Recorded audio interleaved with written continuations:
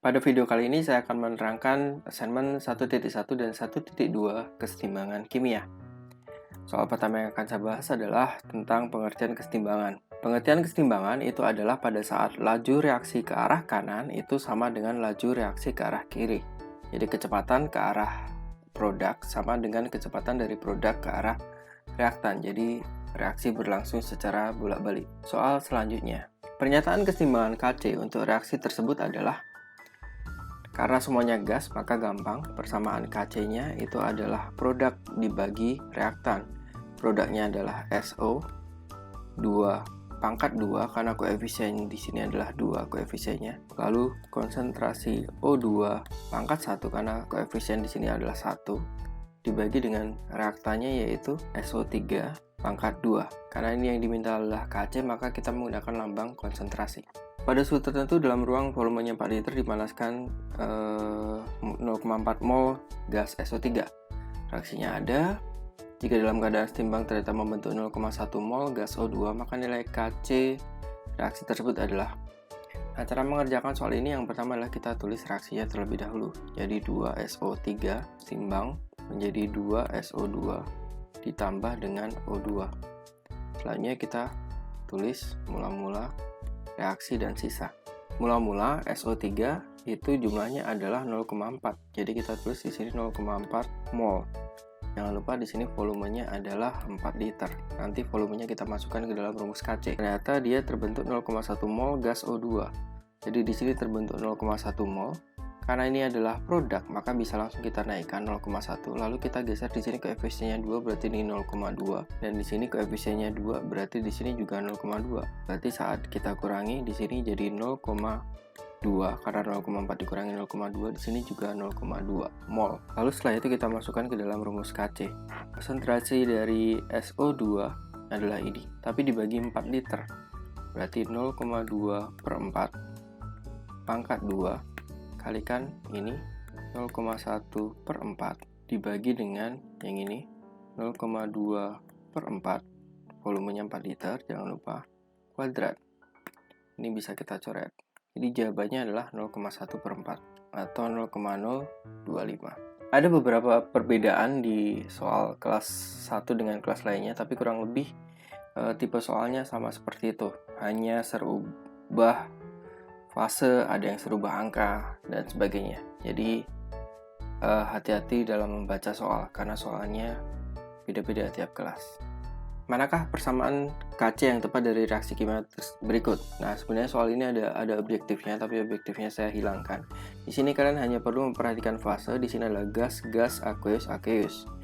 Berarti rumus Kc-nya kita masukkan semua, yaitu konsentrasi C pangkat 2 dikalikan konsentrasi D per konsentrasi A kali konsentrasi B pangkat 3. Untuk Kp yang dimasukkan hanya gas, jadi ini nggak dimasukkan.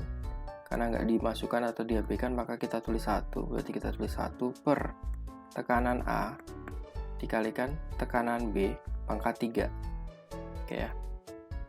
Nah, seperti yang saya bilang tadi bahwa soal tiap kelas itu berbeda. Jadi yang pertama kali kalian perhatikan pada saat kalian menemukan soal seperti ini adalah fasenya.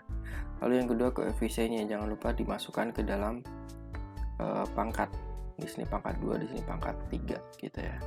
Manakah persamaan Kc yang tepat dari reaksi kimia berikut ini? Yang pertama perhatikan fase, kalau solid selalu diabaikan. Jadi ini selalu diabaikan.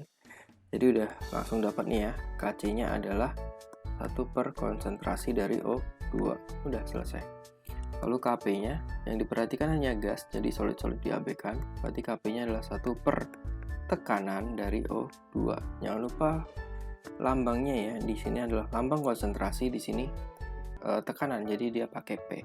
Pada pergeseran kesetimbangan yang pertama kalian perhatikan adalah koefisien, di mana pada reaksi ini koefisien kiri itu adalah 2 dan koefisien kanan adalah 2 ditambah 1, yaitu 3 gitu ya. Lalu kalau soal reaktan, kalau reaktannya berkurang, maka sebelah kiri akan jadi lebih encer. Encer itu konsentrasinya rendah maksudnya. Sebelah kanan tidak berubah, jadi kesetimbangan akan bergeser ke kiri. Ya, kesetimbangan akan bergeser ke kiri dan harga K tetap. Kenapa harga K tetap? Karena satu-satunya yang dapat merubah harga K hanyalah suhu. Di sini tidak ada perubahan suhu. Soal selanjutnya, kita perhatikan di sini tekanan total wadah diperbesar. Nah, kalau tekanan diperbesar, berarti yang kanan akan bertambah lebih banyak, karena bertambah 3 kali. Berarti yang kanan lebih pekat. Maka keseimbangan akan bergeser ke kiri juga, dan harga K tetap. Karena yang dapat merubah harga K hanyalah suhu. Kita lanjut soal ketiga. Sama ya reaksinya ya. Jadi 2, sebelah kanan koefisiennya 3 juga. Di sini volume wadah diperbesar. Kalau volume wadah diperbesar, maka sebelah kanan akan bertambah lebih banyak volumenya. Akibatnya apa kalau volumenya makin banyak? Maka akibatnya makin encer. Maka keseimbangan akan bergeser ke kanan. Nah, di sini saya hanya akan menjelaskan secara cepat ya. Kalau kalian pengen tahu lebih detail, ada di video ketiga dari keseimbangan. Nah, sekarang yang terakhir. Di sini kita hanya melihat delta H-nya sebenarnya. Kalau delta H-nya negatif seperti itu, berarti reaksi ke kanan adalah exo, sedangkan reaksi ke kiri, karena ini adalah reaksi bolak-balik, adalah endo. Nah, suhu dinaikkan itu akan menguntungkan sistem endotherm. Maka jika suhu dinaikkan, reaksi akan bergeser ke kiri. Karena arah endothermnya itu ke kiri, maka dia akan ke kiri. Nah, bagaimana dengan harga K-nya? Kalau dia menuju ke kiri, ini reaktan, ini produk. Sedangkan K itu kan produk dibagi reaktan ya.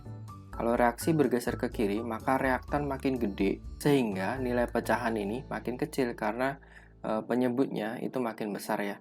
Jadi nilai K-nya semakin kecil. Oke, seperti itu penjelasan assignment 1.1 dan 1.2. Terima kasih.